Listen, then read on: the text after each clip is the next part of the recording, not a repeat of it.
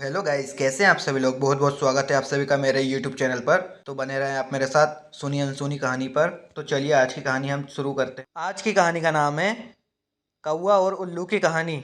बहुत समय पहले किसी घने जंगल में पक्षियों की सभा लगा करती थी। जानवर अपनी परेशानी राजा को बताते थे और राजा उसका हल निकालते थे।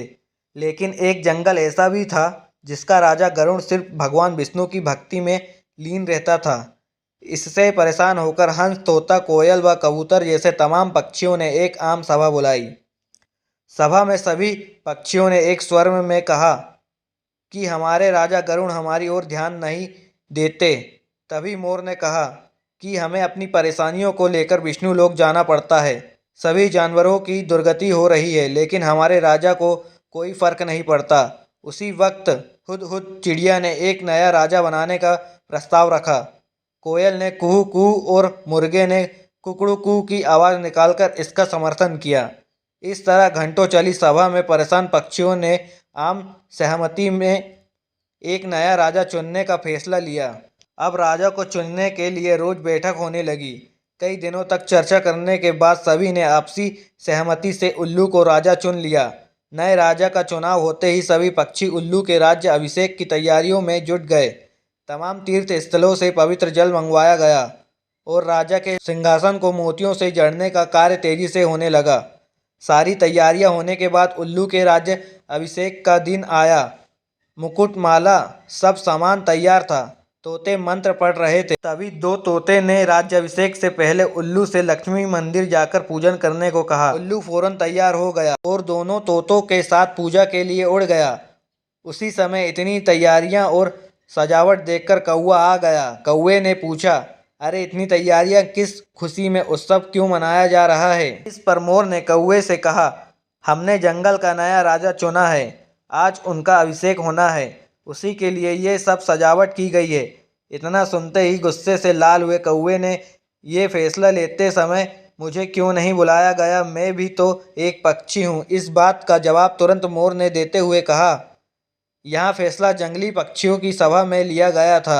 अब तुम तो बहुत दूर इंसानों के शहर और गांव में जाकर बस गए हो। गुस्से में काले कौवे ने पूछा, किसे तुमने राजा चुना। तो मोर ने बताया, उल्लू को। ये सुनते ही कौवा और गुस्सा हो गया। वो अपना सिर जोर जोर से पीटकर काँव काँव करने लगा। मोर ने पूछा, अरे क्या हुआ तुम्हें। कौवे ने कहा, तुम सब बहुत मूर्ख हो। उल्लू को राजा चुन लिया जो दिन भर सोता और जिसे सिर्फ रात में दिखाई देता। तुम अपनी परेशानी किसके पास लेकर जाओगे। इतने सुंदर और बुद्धिमान पक्षियों के होते हुए भी आलसी और कायर उल्लू को अपना राजा चुनने पर तुम्हें शर्म नहीं आई। धीरे धीरे कौवे की बात पक्षियों पर असर करने लगी। सभी आपस में फुसफुसाने लगे। उन्हें लगने लगा कि उनसे बहुत बड़ी भूल हो गई। इस वजह से देखते ही देखते सभी पक्षी वहां से गायब हो गए। राज्याभिषेक के लिए सजी जगह पूरी सूनी हो गई। अब जैसे ही उल्लू और दो तोते वापस आए तो उन्होंने जगह को सूना पाया। यहाँ देखकर दोनों अपने साथियों को ढूंढने और वहां से जाने की वजह जानने के लिए उड़ गए। वहीं उल्लू को कुछ दिख तो रहा नहीं था, इसलिए उसे कुछ पता नहीं चला और राज्याभिषेक के लिए तैयार होने लगा। लेकिन चारों तरफ शांति होने पर उसे शक हुआ। उल्लू जोर से चिल्लाया, कहाँ गए सब। इतने में पेड़ पर बैठी उल्लू की दोस्त ने कहा, सब चले गए, अब नहीं होगा आपका राज्याभिषेक, आप नहीं बनेंगे जंगल के पक्षियों के राजा। इतना सुनते ही उल्लू ने चिल्लाकर पूछा, क्यों, ऐसा क्या हुआ। उल्लू की दोस्त ने बताया, एक कौवा आया और उसने सभी को पट्टी पढ़ाई, इसी वजह से सब यहाँ से चले गए, बस वही कौवा यहाँ पर आया था। ये सुनते ही उल्लू का राजा बनने का सपना चकनाचूर हो गया। दुखी उल्लू ने कौवे से कहा, तूने मेरे साथ ऐसा क्यों किया। लेकिन कौवे ने कोई जवाब नहीं दिया।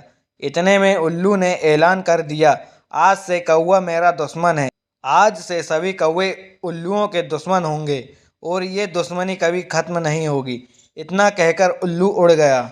उल्लू की धमकी सुनकर कौवा बहुत परेशान हो गया और कुछ देर तक सोचने लगा। उसके मन में हुआ कि बेकार ही उसने उल्लू से दुश्मनी मोल ली।